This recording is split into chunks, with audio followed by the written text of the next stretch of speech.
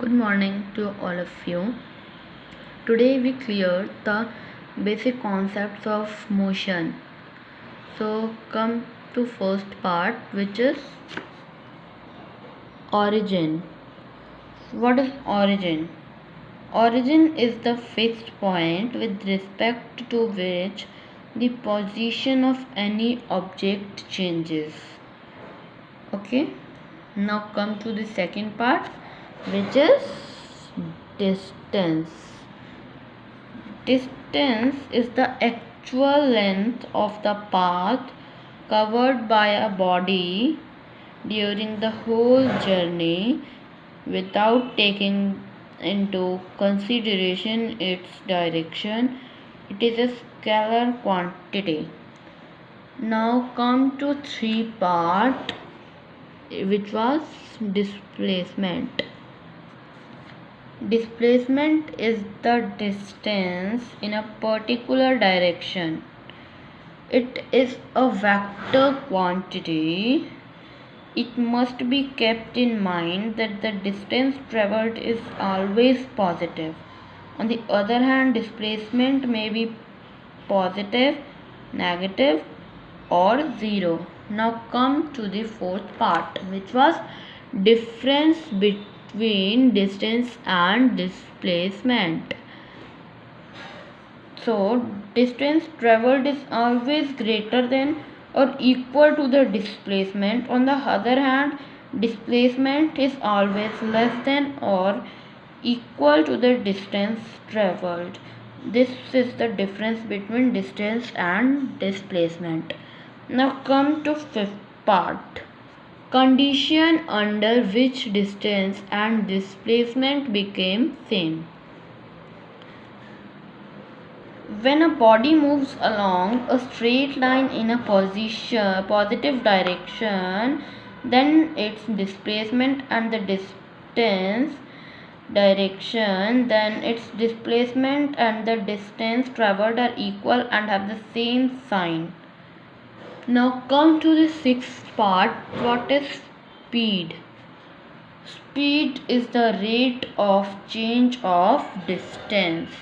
Okay, clear? Now come to seventh part, which was average speed. What is average speed? Average speed is defined as the total distance traveled divided by the total time taken. Okay. Now come to the eighth part, which is initial speed. What is initial speed? So initial speed is that speed with which a body starts its motion in the beginning. It is denoted by u. It is 0 whenever a body starts from rest. Now come to ninth part, which is final speed. What is final speed? Final speed is that speed which is acquired by the body after its start. It is denoted by v. When a body finally comes to rest, its final speed is 0.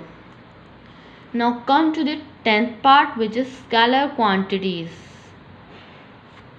What is scalar quantities? Scalar quantities are those which have magnitude only, but vector quantities have both magnitude and direction. For example, the amount of time and speed are scalar quantities because they have only magnitude, but acceleration and force are vector quantities because they have magnitude and direction. The magnitude of a vector is called modulus of the vector. Okay. Now come to the 11th part, which was uniform motion. What is uniform motion? When a body travels equal distance in equal intervals of time, however small the intervals of time may be, its velocity is said to be uniform motion. Okay. Now come to the 12th part, which is angular velocity. What is angular velocity? So angular velocity is the rate of change of angular displacement is called angular velocity. Okay. Now come to the 13th part, which is acceleration. What is acceleration? Acceleration of a body is defined as the rate of change of velocity. Acceleration has both magnitude and direction, hence it is a vector quantity. Okay.